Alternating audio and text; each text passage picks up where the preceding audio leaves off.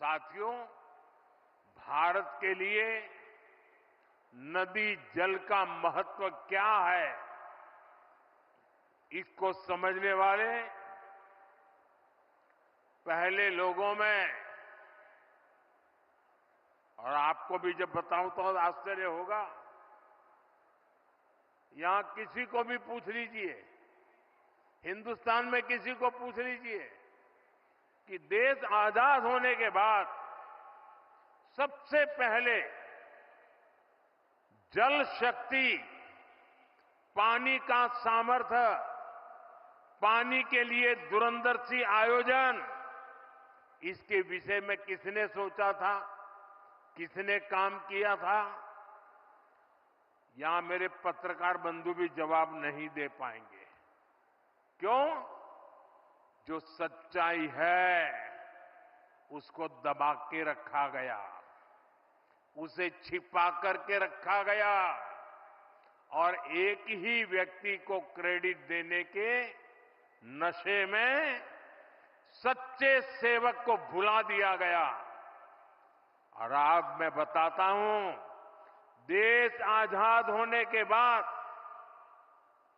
भारत की जल शक्ति, भारत के जल संसाधन, भारत में पानी के लिए बांधों की रचना, इन सब की दूरदृष्टि किसी एक महापुरुष को क्रेडिट जाती है तो उस महापुरुष का नाम है बाबा साहब आंबेडकर।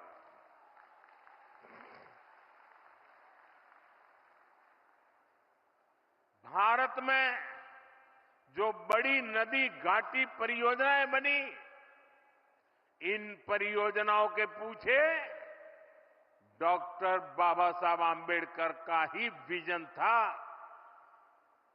आज जो केंद्रीय जल आयोग है, इसके पीछे भी डॉक्टर आंबेडकर के ही प्रयास थे।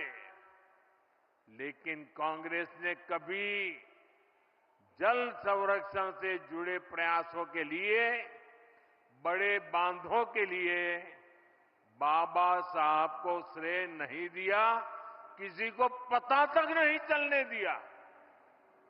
कांग्रेस इसके प्रति कभी भी गंभीर नहीं रही। आज 7 दशक बाद भी देश के अनेक राज्यों के बीच पानी को लेकर कुछ न कुछ विवाद है। जब पंचायत से पार्लियामेंट तक कांग्रेस का ही शासन था, तब ये विवाद आसानी से सुलझ सकते थे। लेकिन कांग्रेस की नीयत खराब थी, इसलिए उसने कभी भी ठोस प्रयास नहीं किए। साथियों, जब देश में अटल जी की सरकार बनी तो उन्होंने पानी से जुड़ी चुनौतियों को हल करने के लिए गंभीरता से काम शुरू किया था।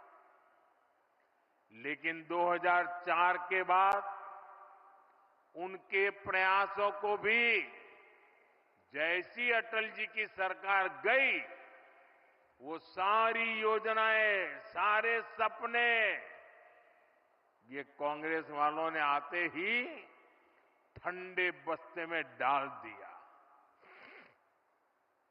आज हमारी सरकार